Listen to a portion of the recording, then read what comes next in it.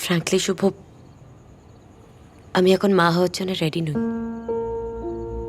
And specially যখন আমাদের সম্পর্কটা একটা সুতোর ওপর ঝুলছে। আমরা নিজেরাও জানি না এই সম্পর্কটার ভবিষ্যৎটা কি।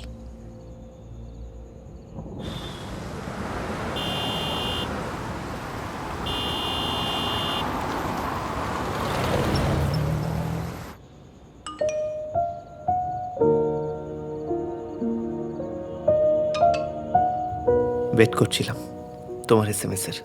সরি, আপনার। তুমি এটা বেশ কাছের, থাক না।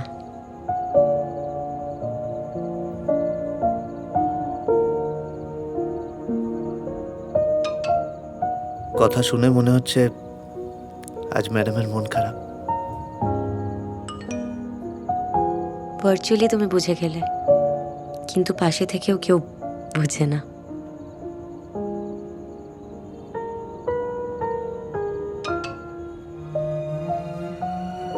অভিযোগ করছো? না, অভিমান। ভার্চুয়াল থেকে রিয়েল ওয়ার্ল্ডে আসতে পারি না আমরা?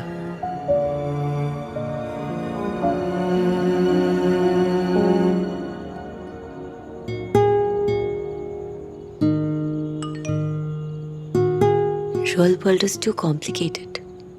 থাক না, এইভাবেই চলুক।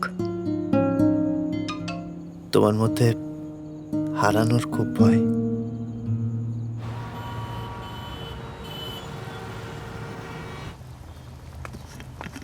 আচ্ছা, এই বয়সে জন্মদিন নিয়ে এত বাড়াবাড়ি করার কোনো মানে হয় মানু? মা, বার্থডে সেলিব্রেশন আর বয়সের মধ্যে কোনো সম্পর্ক নেই। মানে পায়েস, কেক, 5 রকম ভাজা। আচ্ছা, তুই কি এবার কেকের ওপর 65টা ক্যান্ডেল বসাবি? মা, তাহলে তো কেকটাই কাটতে পারবে না, ক্যান্ডেলটাই কাটতে হবে। তুই সব পারিস। তোকে বলেছিলাম যে তুই যখন ছুটি নিয়েছিস শুভকে বল আমরা 3 জনে একসাথে বাইরে যাই, গিয়ে কোথাও লাঞ্চ করে আসি। তা তুই কি কথা শোনার মেয়ে? তা তো নোস।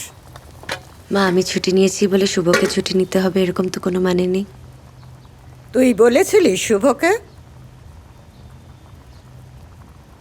তোরা কি দুজনে কথা বলা একদম বন্ধ করে দিয়েছিস?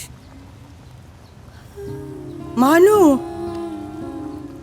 দুজনে দুজনকে এত স্পেস দিস না যে তার মধ্যে আর কেউ এসে যেতে পারে। তখন পরিস্থিতিটা আরো জটিল হয়ে যাবে। শুভ কখন আসবে রে? জানি না, এ নিয়ে কোনো কথা হয়নি।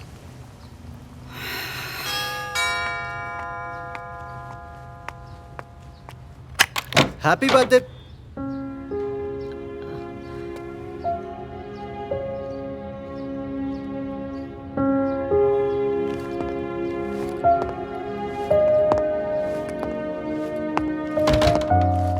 ও মা, হ্যাপি বার্থডে মা।